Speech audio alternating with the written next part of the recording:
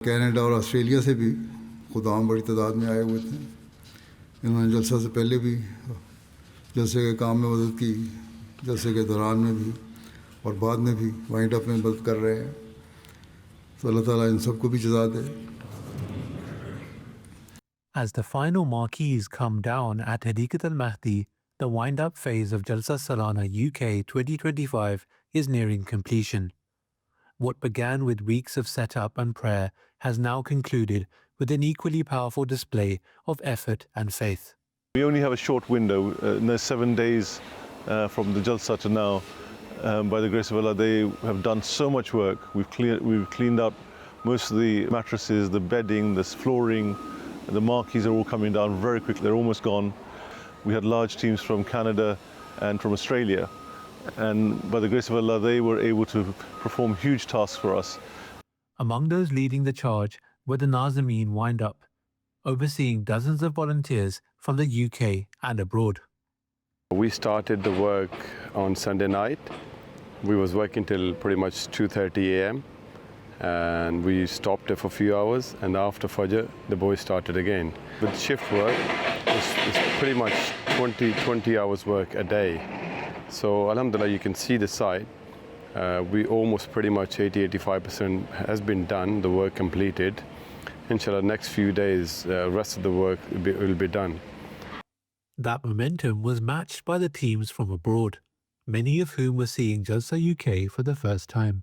This year, we were able to bring about 234 Khuddam with the delegation. The average age group is between 16 and 20. And some of these guys, it's their first time being here. So Khuddam, alhamdulillah, are in really high spirits. For many, this was more than just manual work. It was deeply spiritual. The biggest motivation for these guys was the fact that they're doing it for Huzur.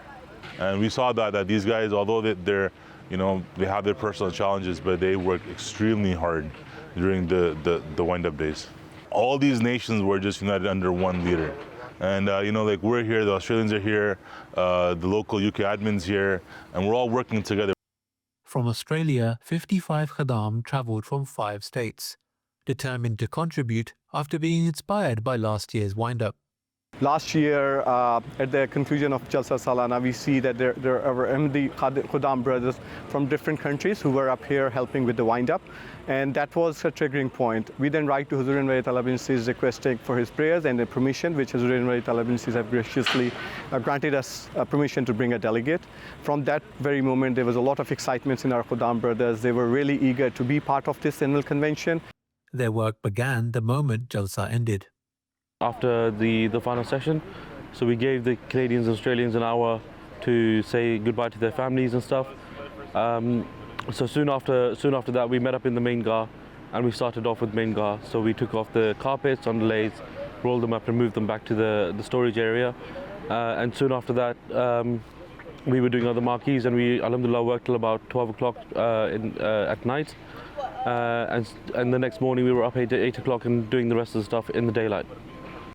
The wind-up team didn't just beat deadlines, they got ahead of schedule. On a Thursday last year, we were not at this stage of where we are this time. Paid workers that are here are still behind, and alhamdulillah, the volunteers that we've got from around the world have smashed the job in the best way to say, and completed the job way before time.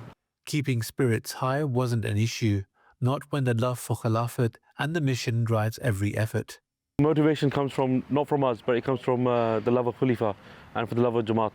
So we are just here to manage that motivation for the Khuddam, and alhamdulillah, they didn't lack any motivation, and they've spent their own money, their own time, they've given up their livelihoods to come here and do Waqf Arzi, which means that they have all the motivation in the world.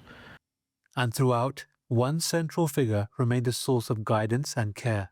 Each session, Huzur would ask this question about whether the meals were okay, whether they slept okay, whether there was enough bedding, whether there was enough mattresses, whether the food was being served properly, whether there was enough the rotis, whether the plant was working correctly, whether the kitchen was... So throughout the Jalsa, Huzur was questioning the facilities that we were providing for our guests, And so that's always the case I find over the many years that I've been doing this job, that Hazur's interest has always been in the well-being of those that are attending Jalsa Salana. As the sun sets on this year's Jalsa, the volunteers return home, grateful, tired, but spiritually uplifted. Every single day, each one of the workers, if you speak to them, they will tell you that they've had an inspiring spiritual experience in the carrying out of their Vakar-e-Amal duties.